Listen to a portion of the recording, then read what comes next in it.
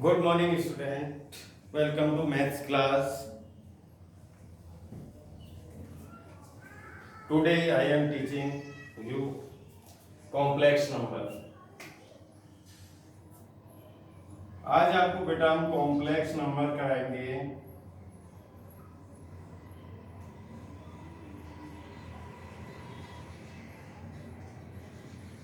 देखिए complex number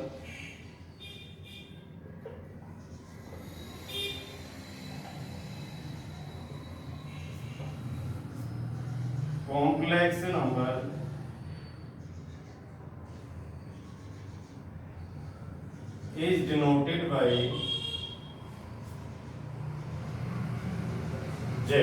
इसमें हल्का सा बार लगा होता है क्योंकि z से इंटीजर को भी डिफाइन करते हैं। आगे देखिए complex number is denoted by z equal to होता है a plus iota b। Here a is a real part. ये रियल पार्ट होता है, हिंदी में कहते हैं इसे वास्तविक भाग। वास्तविक भाग होता है ये। बी होता है यहाँ पे इमेजिनरी पार्ट।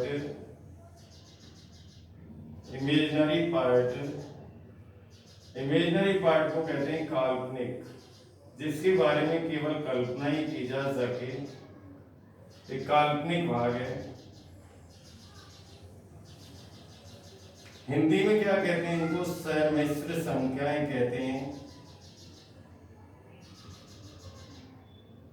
दोनों मीडियम के बच्चों को देखना है। कॉम्प्लेक्स नंबर यानी सम्मिश्र संख्या को z से प्रदर्शित करते हैं, यानी complex number is denoted by z। तो z इक्वल टू होता है a plus iota b। a क्या होता है? रियल पार्ट होता है। b क्या होता है? इमेजिनरी। रियल पार्ट का मतलब है वास्तविक भाग और b का मतलब है यहाँ पर काल्पनिक यानी इमेजिनरी भाग, इमेजिनरी पार्ट। इसके बाद देखिए इमेजिनरी यानी काल्पनिक।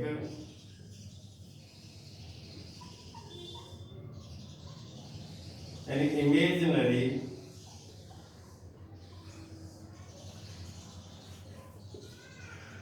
इमेजिनरी होता क्या है? Which number having a square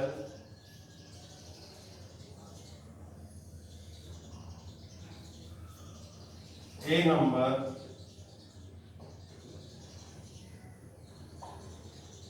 which has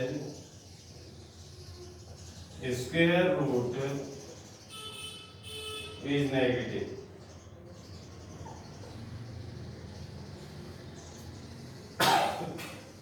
जो संख्याएं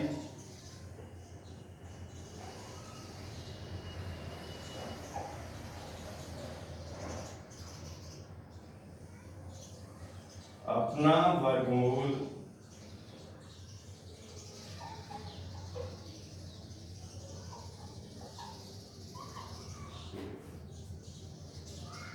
नेगेटिव का मतलब होता है ऋणात्मक रखती है। जैसे कि मान लो हमारे पास है एक्स स्क्वायर इक्वल टू -1, तो एक्स इक्वल टू हो गया प्लस माइनस रूट में -1। तो इसको हम इमेजिनरी संख्याएं कहते हैं। दोबारा मैं देखो आपको रिपीट करा रहा हूं। कॉम्प्लेक्स नंबर यानी सम्मिश्र संख्याएं, complex number is denoted by z bar हल्का सा बार लगा होता है। z equal to a plus iota b, जहां पर a क्या है? रियल पार्ट है यानी वास्तविक भाग है। b क्या है? Imaginary part. इमेजिनरी का मतलब होता है काल्पनिक, जिसके बारे में केवल हम कल्पनाएं कर सकें, वास्तव में उसे डिफाइन ना कर सकें। जैसे कि इमेजिनरी पार्ट बना a number which square root is negative. जो संख्याएं अपना वर्गमूल ऋणात्मक रखती हैं तो क्या कहलाती हैं? वो इमेजिनरी होती हैं। जैसे कि एक्स स्क्वायर इक्वल टू -1, तो x equal to plus minus root में -1। तो देखिए x equal to plus minus इसको हम आयोटा स्क्वायर रख सकते हैं, x equal to plus minus iota, यानी रूट के अंदर कभी भी माइनस का नंबर आए तो उसे लिख सकते हैं -1 मल्टीप्लाई नंबर। तो -1 की जगह हम क्या रख सकते हैं, आयोटा स्क्वायर रख सकते हैं। यानी आयोटा किसको इमेजिनरी के लिए डिफाइन किया जाता है, आयोटा स्क्वायर इक्वल टू होता है -1।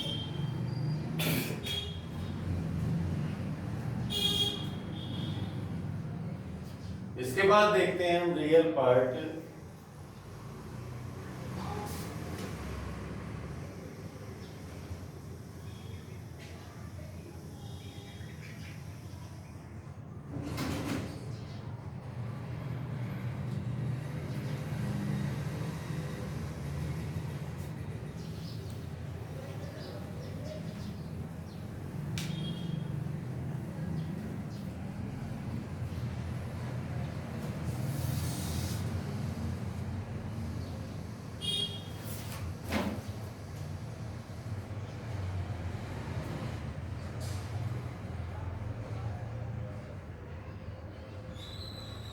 Equality of two complex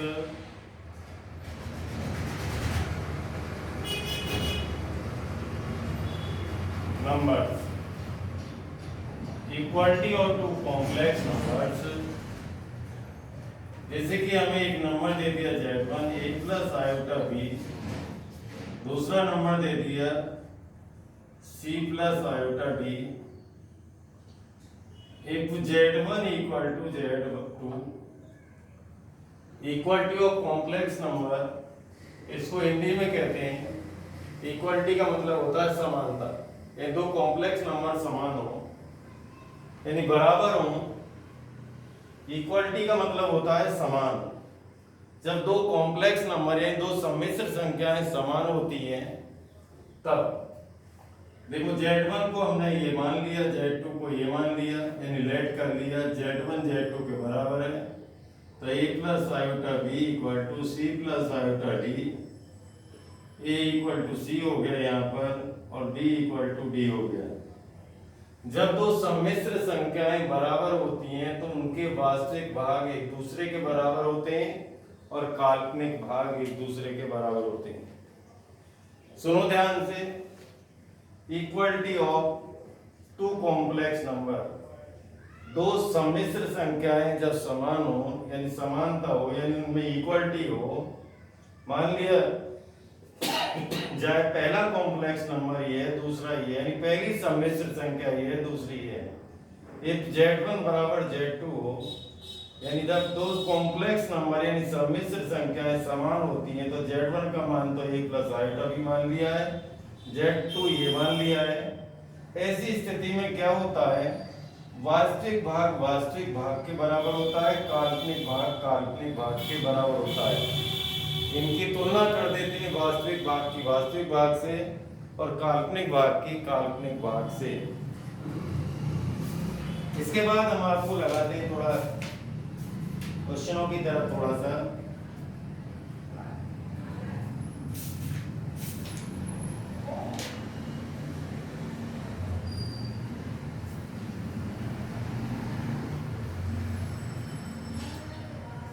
थोड़ा ये देखिए, a की पावर n हो तो हम लिख सकते हैं a की पावर m मल्टीप्लाई होती है, यानी घात पे घात लगी होती है तो उनकी गुणा हो जाती है।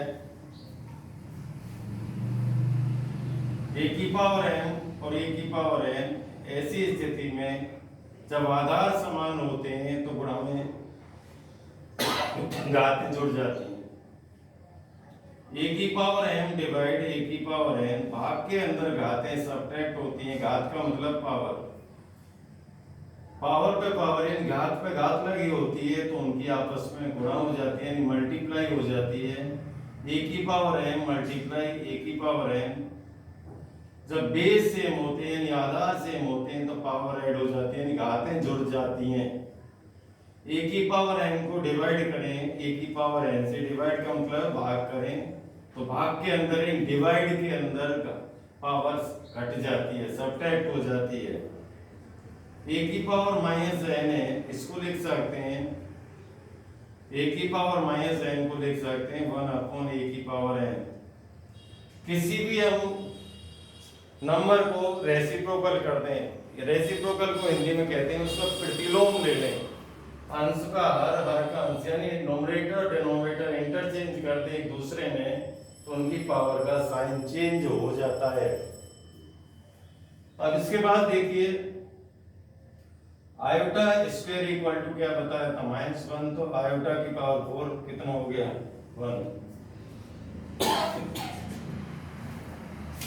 अब जरा एक दो वर्ड प्रॉब्लम करते हैं सॉल्व। एक्सरसाइज देखते हैं 5.1, थोड़ा ध्यान से देखना, समझने की कोशिश करना।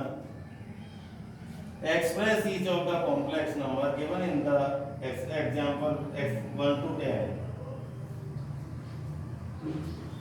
देखिए क्वेश्चन नंबर 1 है, हमें ये सॉल्व करना है। देखिए 5 आयोटा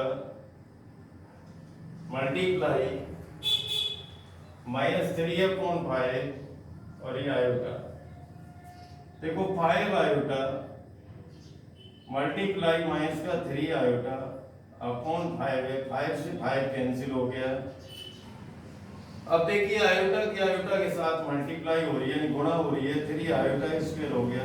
आयोटा स्क्वायर कितना बताया था, इसकी वैल्यू कितनी बताई थी आपको -1, तो इसका रिजल्ट कितना हो गया +1 हो गया। देखो इसको सॉल्व करना है, इसकी इसके साथ मल्टीप्लाई हो रही है। मल्टीप्लाई के अंदर क्या होता है, नोमरेटर में नोमरेटर की होती है, डिनोमिनेटर में डिनोमिनेटर की होती है। तो यहाँ पर देखो हम इसकी मल्टीप्लाई इसके साथ कर रहे हैं, तो देखो 5 से 5 तो यहाँ कैंसिल हो जाएगा, यहाँ पे आयोटा रह गया, माइनस का 3 आयोटा हो गया। इसकी मल्टीप्लाई इसके साथ, मल्टीप्लाई को हिंदी में कहते हैं गुणा, यानी इसकी गुणा इसके साथ करें तो आयोटा की पावर, देखो एक पावर यहाँ पर एक पावर यहाँ पे जुड़ के 2 हो गई, और आयोटा की पावर 2 कितना होता है -1। आयोटा इसके मीन्स -1 होता है, इसकी इससे मल्टीप्लाई करिए गुणा करिए तो प्लस का 3 आ गया। इसके बाद आगे देखते हैं,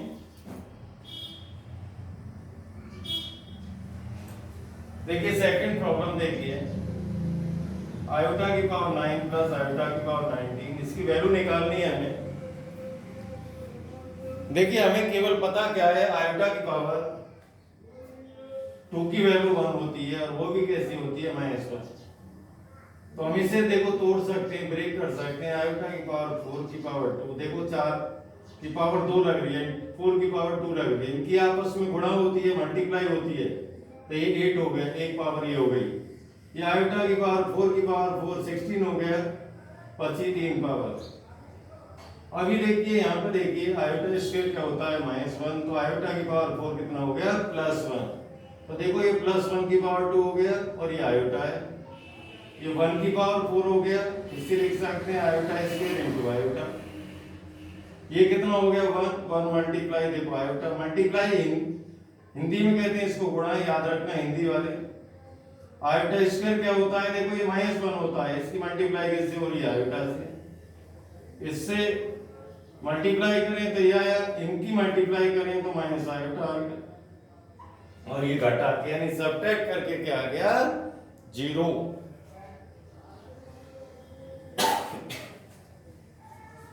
आयोटा की पावर 9 प्लस आयोटा की पावर 19 की हमें वैल्यू निकालनी, मींस इसका मान निकालना है, हिंदी में कहते हैं मान ज्ञात करो, यानी हल करो।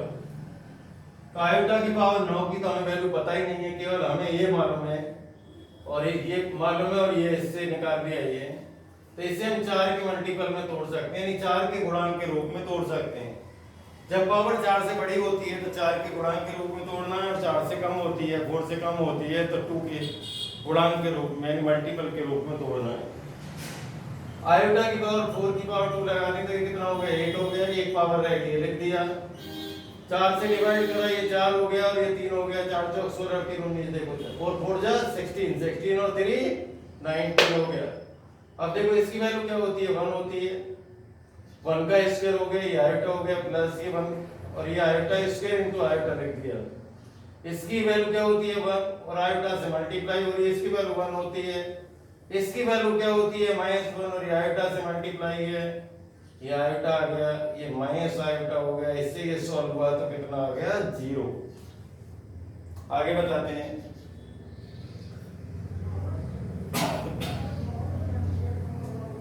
ध्यान से देखिए प्यारे बच्चों,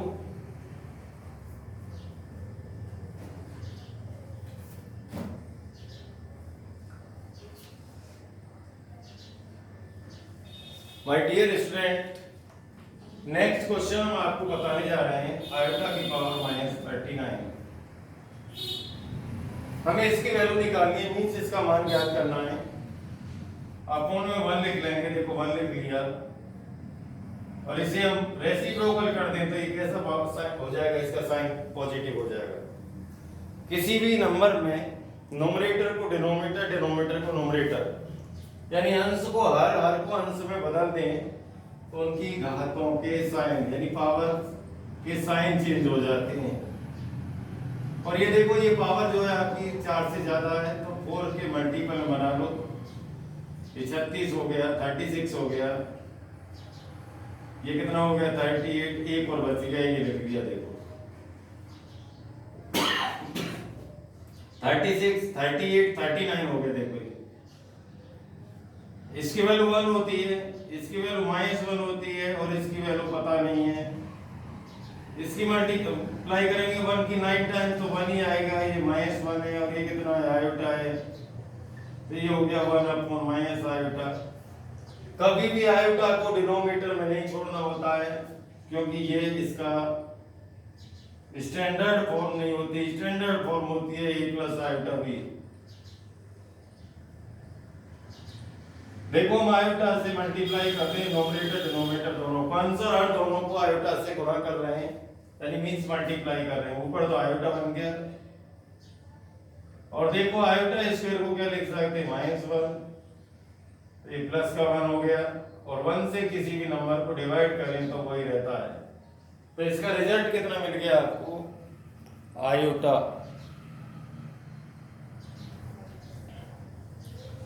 इसके बाद नेक्स्ट देखते हैं और प्रॉब्लम।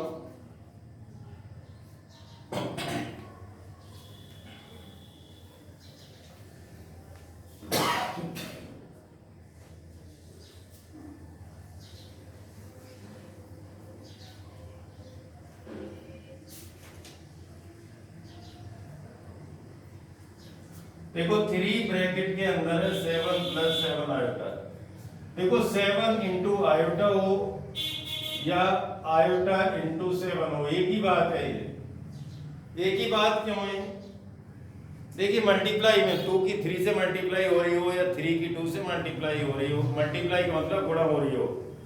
संख्याएं क्या है गुणा के अंदर और एडिशन के अंदर, एडिशन का मतलब सम के सम मींस क्या होता है, योगफल के अंदर कॉम्यूटेटिव लॉ को फॉलो करते हैं। कॉम्यूटेटिव को हिंदी में कहते हैं क्रम विनिमय, यानी 2 में 3 जोड़ लो या 3 में 2 जोड़ लो, 5 ही आता है। 3 में 2 की मल्टीप्लाई कर लो या 2 में 3 की मल्टीप्लाई कर लो, 6 ही आता है। यानी क्रम विनिमय नियम का फॉलो होता है इसके अंदर। देखो 3 ब्रैकेट में 7 + 7 आयोटा प्लस आयोटा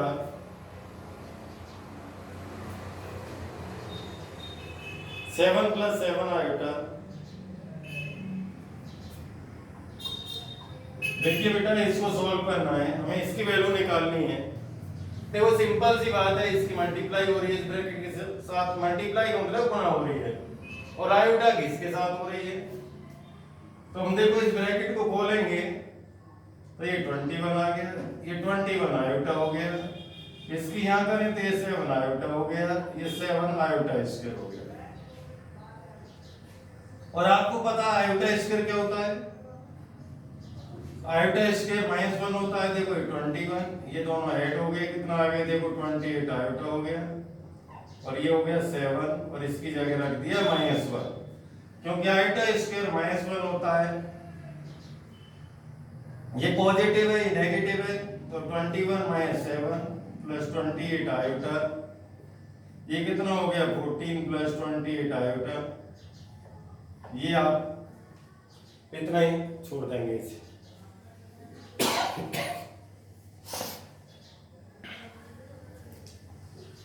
प्यारे बच्चों देखिए इसको सॉल्व करना है, 3 in bracket 7 plus 7 iota plus iota in bracket 7 plus 7 iota। इस ब्रैकेट को ओपन करेंगे तो इसके साथ देखो क्या हो रही है, मल्टीप्लाई। मल्टीप्लाई को हिंदी में कहते हैं गुणा। पहले इस 3 की गुणा कर दो इस ब्रैकेट के साथ, देखो 3 की 7 से करी 21, 3 की 7 आयोटा से करी 21 आयोटा, इसकी यहाँ पे करी मल्टीप्लाई 7 आयोटा, इसकी यहाँ पर करी तो 7 आयोटा स्क्वायर। आयोटा स्क्वायर क्या होता है, -1 रख दिए इसकी जगह। ये देखो 7 आयोटा, ये 21 आयोटा, एक जैसे टर्म में ये जोड़ दिए गए। और ये देखिए ये आपका वास्तविक भाग है, ये वास्तविक भाग सॉल्व कर दिए, ये आ गया। क्या होता है, वास्तविक भाग के साथ वास्तविक भाग जुड़ता है, ऐड होता है, और काल्पनिक के साथ काल्पनिक। वास्तविक का मतलब रियल के साथ रियल को ऐड करना होता है, और इमेजिनरी के साथ इमेजिनरी को ऐड या सब्ट्रैक्ट जो भी है उसी के साथ उसका ऑपरेशन ऑपरेट करना होता है।